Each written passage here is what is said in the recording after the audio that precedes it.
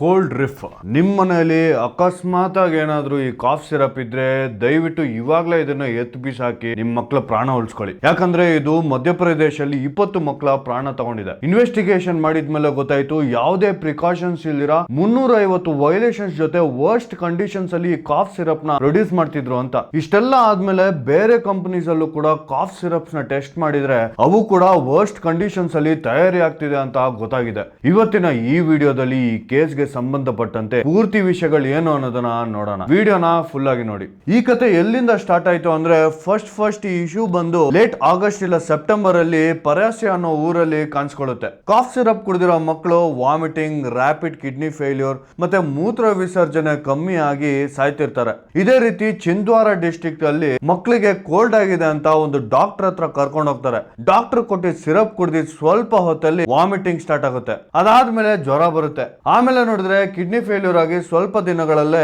ಮಕ್ಕಳು ಪ್ರಾಣ ಕಳ್ಕೊಂತ ಇರ್ತಾರೆ. ಹಾಸ್ಪಿಟಲ್ ಮತ್ತೆ ಅಥಾರಿಟೀಸ್ ಗೆ ಕಂಪ್ಲೇಂಟ್ ಮಾಡಿ ಪೇರೆಂಟ್ಸ್ ಎಲ್ಲ ಇದಕ್ಕೆ ವಿಚಾರಣೆ ನಡೆಸಬೇಕು ಅಂತ ರಿಕ್ವೆಸ್ಟ್ ಮಾಡಿದ್ರೆ ಅದಕ್ಕೆ ಅಲ್ಲಿರೋ ಅಥಾರಿಟೀಸ್ ಬಂದು ಎಲ್ರಿಗೂ ಇಲಿಗಳು, ಸೊಳ್ಳೆ ಮತ್ತೆ ನೀರ್ ಕಂಟಾಮಿನೇಷನ್ ಇಂದ ಆಗಿರುತ್ತೆ ಅಂತ ಹೇಳಿ ಸುಮ್ನೆ ಆಗ್ತಾರೆ. ಇದರಿಂದ ಪೋಸ್ಟ್ ಮಾರ್ಟಮ್ ಕೂಡ ಮಾಡಿದಿರ ಎಲ್ಲಾ ರಿಪೋರ್ಟ್ಸ್ ನ ನೆಗ್ಲೆಕ್ಟ್ ಮಾಡ್ಬಿಡ್ತಾರೆ. ಫಸ್ಟ್ ಬಂದು ಸೆಪ್ಟೆಂಬರ್ 2 4 ವರ್ಷದ ಶಿವಮ್ ಅನ್ನೋ ಹುಡುಗಗೆ ಸಾವಾಗುತ್ತೆ. ಅದಾದ್ಮೇಲೆ ಸೆಪ್ಟೆಂಬರ್ 5 3 ವರ್ಷದ ವಿಧಿ, ಸೆಪ್ಟೆಂಬರ್ 7 5 ವರ್ಷದ ಅದ್ನಾನ್, ಸೆಪ್ಟೆಂಬರ್ 13 4 ವರ್ಷದ ಉಸೈದ್, ಸೆಪ್ಟೆಂಬರ್ 16 2 ವರ್ಷದ ಶ್ರೇಯಾ, ಸೆಪ್ಟೆಂಬರ್ 18 4 ವರ್ಷದ ಹಿತಾಂಶು ಮತ್ತೆ 5 ವರ್ಷದ ವಿಕಾಸ್, ಅಕ್ಟೋಬರ್ ನ ಫಸ್ಟ್ ವೀಕ್ ಅಲ್ಲಿ 1 ವರ್ಷದ ಸಂಧ್ಯಾ, ಅಕ್ಟೋಬರ್ 4 ಬಂದು 1.5 ವರ್ಷದ ಯೋಜಿತಾ. ಈ ರೀತಿ ಕಂಟಿನ್ಯೂ ಆಗ್ತಾ ಹೋಗುತ್ತೆ. ಯೋಜಿತಾ ಅವ್ರ ತಾತ ಹೇಳಿದ ಪ್ರಕಾರ ಸೆಪ್ಟೆಂಬರ್ 8 ಬಂದು ಸೆಕೆಂಡ್ ಡೋಸ್ ಸಿರಪ್ ಕುಡಿಸಿದ ತಕ್ಷಣ ಆ ಪಾಪು ಕಂಡೀಷನ್ ವರ್ಸ್ಟ್ ಆಗುತ್ತೆ.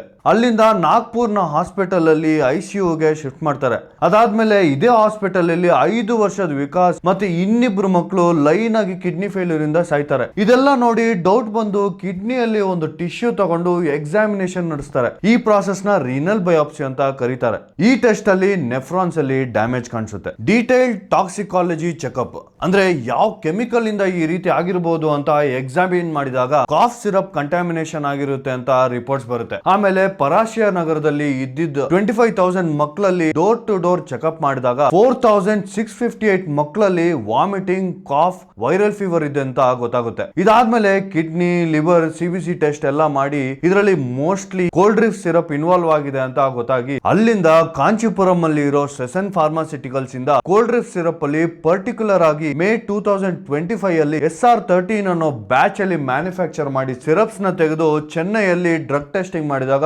48.6% ಡೈಇಥೈಲಿನ್ ಗ್ಲೈಕಾಲ್ ಕಾಣಿಸ್ಕೊಳ್ಳುತ್ತೆ. ಈ ಡೈಇಥೈಲಿನ್ ಗ್ಲೈಕಾಲ್ ಅನ್ನೋ ಕೆಮಿಕಲ್ ಬಂದು ಬ್ರೇಕ್ ಫ್ಲೂಯಿಡ್, ಲೂಬ್ರಿಕೆಂಟ್ಸ್, ಇಂಕ್ಸ್, ಡೈಸ್ ಅಲ್ಲಿ ಯೂಸ್ ಮಾಡ್ತಾರೆ.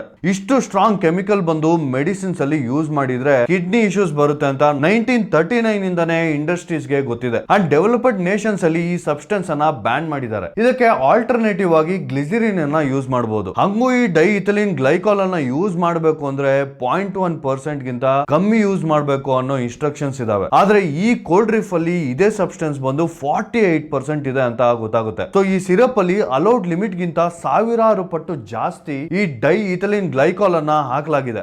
ಇನ್ನ ಶಾಕಿಂಗ್ ನಿಜ ಏನಪ್ಪಾ ಅಂದ್ರೆ ಇದೇ ಕೆಮಿಕಲ್ ನ ಮುಂಚೆ ಕೂಡ ಕೋಲ್ಡ್ ಸಿರಪ್ಸ್ ಅಲ್ಲಿ ಯೂಸ್ ಮಾಡಿ ಹಲವಾರು ಸಾವುಗಳಿಗೆ ಕಾರಣವಾಗಿದೆ.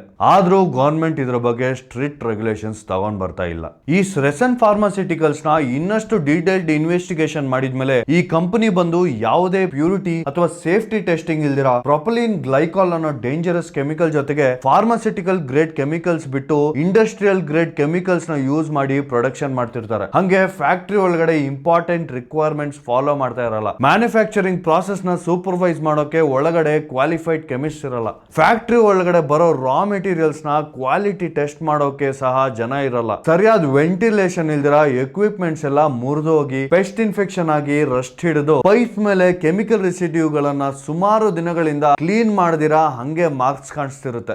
ರಾ ಮೆಟೀರಿಯಲ್ಸ್ ನ ವೆರಿಫೈ ಮಾಡೋ ಪ್ರಾಸೆಸ್ ಕೂಡ ಇರಲ್ಲ. ಕಮ್ಮಿ ರೇಟ್ ಗೆ ಲೋಕಲ್ ಅಲ್ಲಿ ಯಾರು ಕೊಡ್ತಾರೋ ಅವ್ರ ಹತ್ರ ತಗೊಳ್ತಿರ್ತಾರೆ. ಇಷ್ಟೆಲ್ಲ ವರ್ಸ್ಟ್ ಕಂಡೀಷನ್ ಅಲ್ಲಿ ಮೆಡಿಸನ್ ತಯಾರಿ ಮಾಡಿ ಇವರು ಈ ಪಾಯ್ಸನ್ ನ ಕಿಂಚಿತ್ತು ಕೇರ್ ಇಲ್ದಿರ ಮಕ್ಕಳಿಗೆ ಕೊಡ್ತಿದ್ದಾರೆ.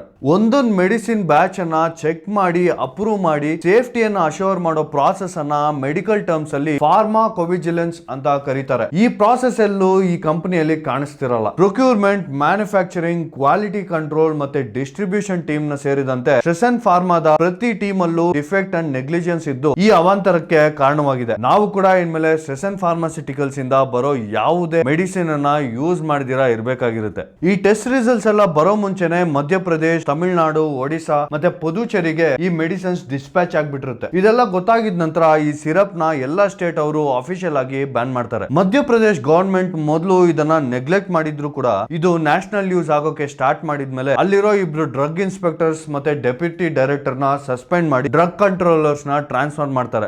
ಅಕ್ಟೋಬರ್ 9 ಬಂದು ಈ ಸಿರಪ್ ಇಂದ ಡೆತ್ ಕೌಂಟ್ 21 ಗೆ ಇನ್ಕ್ರೀಸ್ ಆಗಿರೋದ್ರಿಂದ ಸೆಸನ್ ಫಾರ್ಮಾ ಓನರ್ ಆದ ಜಿ ರಂಗನಾಥನ್ ಅನ್ನ ಅರೆಸ್ಟ್ ಮಾಡ್ತಾರೆ. ಈ ನ್ಯೂಸ್ ವೈರಲ್ ಆದ್ಮೇಲೆ ಇಂಡಿಯಾದಲ್ಲಿರೋ ಪ್ರತಿಯೊಂದು ಕಾಫ್ ಸಿರಪ್ಸ್ ನ ಟೆಸ್ಟ್ ಮಾಡೋ ಪ್ರಯತ್ನ ಮಾಡ್ತಿದ್ದಾರೆ. ಸದ್ಯಕ್ಕೆ ರೆಸ್ಪಿ ಫ್ರೆಶ್ ಟಿಆರ್, ರಿಲೈಫ್ ಅನ್ನೋ ಸಿರಪ್ಸ್ ಅಲ್ಲಿ ಕೂಡ ಇದೇ ತರ ಇಶ್ಯೂಸ್ ಇದಾವೆ ಅಂತ ಗೊತ್ತಾಗಿ ಬ್ಯಾನ್ ಮಾಡಿದ್ದಾರೆ. ಇನ್ನಷ್ಟು ಸಿರಪ್ಸ್ ಮೇಲೆ ಟೆಸ್ಟ್ ನಡೀತಾ ಇದೆ. ಸೊ ಈ ಮೆಡಿಸಿನ್ಸ್ ಕೂಡ ನಿಮ್ಮ ಮನೆಯಲ್ಲಿ ಇದ್ರೆ ತೆಗೆದು ಬಿಸಾಕಿ. ಸದ್ಯಕ್ಕೆ ಪೇರೆಂಟ್ಸ್ ಗೆ ಕೊಟ್ಟಿರೋ ಇನ್ಸ್ಟ್ರಕ್ಷನ್ಸ್ ಬಂದು 2 ವರ್ಷಕ್ಕಿಂತ ಕಮ್ಮಿ ಇರೋ ಮಕ್ಕಳಿಗೆ ಕಾಫ್ ಸಿರಪ್ ಕೊಡಬಾರ್ದು. ಹಂಗೆ 5 ವರ್ಷಕ್ಕಿಂತ ಕಮ್ಮಿ ಇರೋ ಮಕ್ಕಳಲ್ಲಿ ಕೂಡ ಡಾಕ್ಟರ್ ಕನ್ಸಲ್ಟೇಷನ್ ಇಲ್ದಿರ ಯಾವುದೇ ರೀತಿ ಸಿರಪ್ಸ್ ಕೊಡಬೇಡಿ ಅಂತ ಸ್ಟ್ರಿಕ್ಟ್ ಆಗಿ ಹೇಳಲಾಗಿದೆ. ದಯವಿಟ್ಟು ಗೊತ್ತಿರೋ ಮೆಡಿಕಲ್ ಸ್ಟೋರ್ ಅಂತ ಯಾವ್ದೋ ಒಂದು ರ್ಯಾಂಡಮ್ ಮೆಡಿಸಿನ್ ತಗೊಂಡ್ಬಂದು ಕೊಟ್ಬಿಡ್ಬೇಡಿ. ಇನ್ಮೇಲೆ ಪ್ರತಿ ಹಾಸ್ಪಿಟಲ್ ಅಲ್ಲೂ GMP ಸರ್ಟಿಫೈಡ್ ಮೆಡಿಸಿನ್ಸ್ ನ ಮಾತ್ರ ಪ್ರಿಸ್ಕ್ರೈಬ್ ಮಾಡಬೇಕು. ಹಂಗೆ ಯಾವುದೇ ರೀತಿ ಮೆಡಿಸಿನ್ ಮಿಕ್ಸಿಂಗ್ ಆಗ್ಲಿ ಅಥವಾ ಓವರ್ಡೋಸ್ ಅನ್ನ ಅವಾಯ್ಡ್ ಮಾಡಬೇಕು ಅಂತ ಅಥಾರಿಟೀಸ್ ಹೇಳಿದ್ದಾರೆ. ಡಾಕ್ಟರ್ ಪ್ರಿಸ್ಕ್ರೈಬ್ ಮೆಡಿಸಿನ್ಸ್ ಕೊಟ್ಟಿದ ಮೇಲೂ ಸಹ ಜಾಸ್ತಿ ವಾಮಿಟಿಂಗ್, ಫೀವರ್ ಇನ್ಕ್ರೀಸ್ ಆಗೋದು ಇಲ್ಲ ಡ್ರೌಸಿನೆಸ್ ಬರೋಕೆ ಸ್ಟಾರ್ಟ್ ಆಯ್ತು ಅಂದ್ರೆ ಕೂಡಲೇ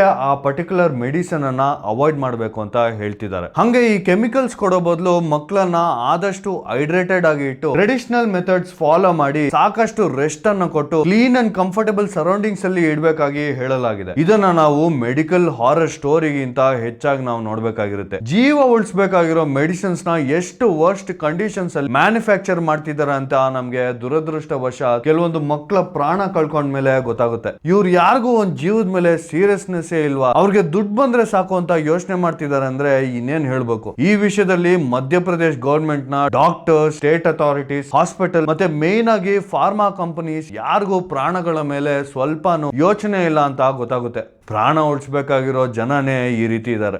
ದಯವಿಟ್ಟು ಈ ವಿಡಿಯೋನ ಎಲ್ಲ ಫ್ಯಾಮಿಲೀಸ್ಗೆ ಶೇರ್ ಮಾಡಿ, ಆದಷ್ಟು ಇನ್ಫಾರ್ಮೇಶನ್ ಸ್ಪ್ರೆಡ್ ಮಾಡಿ. ಪ್ರತಿಯೊಬ್ಬರಲ್ಲೂ ಸೀರಿಯಸ್ನೆಸ್ ಬಂದು ನಮ್ಮ ಭಾರತ ತುಂಬಾ ಬೇಗ ಒಂದು ಉತ್ತಮ ದೇಶ ಆಗ್ಲಿ ಅಂತ ನಾವು ಹಾರೈಕೆ ಮಾಡೋಣ. ಜೈ ಹಿಂದ್, ಜೈ ಕರ್ನಾಟಕ ಮಾತೆ.